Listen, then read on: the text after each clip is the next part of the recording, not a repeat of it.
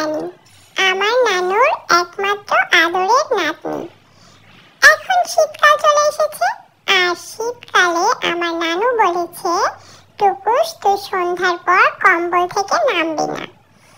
তো আমি কি করেছি, সন্ধ্যা থেকে একবারে কম্বলের মধ্যে শুয়ে ঘুমু করেছি, কারণ আমি তো লক্ষ্মী মেয়ে। নানু বলেছে কম্বল থেকে উঠলে তোর ঠান্ডা লাগবে, ঠান্ডা বেশি লেগে গেলে ফ্লু হয়ে যেতে পারে। আর বিড়ালের জন্য ফ্লু খুবই মারাত্মক একটা রোগ, মরণঘাতী রোগ। আর বিড়ালের ফ্লু হলে বিড়াল কিন্তু ম্যাক্সিমাম সময় মারা যায়।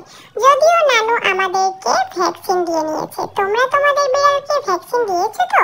ফ্লু এবং র্যাবিসের ভ্যাকসিন তোমরা কিন্তু শীত আসার আগেই দিয়ে নিবে। যদিও এখন শীত চলে এসেছে, তো এখনো সময় আছে, তোমরা ফ্লু ভ্যাকসিন দিয়ে নাও।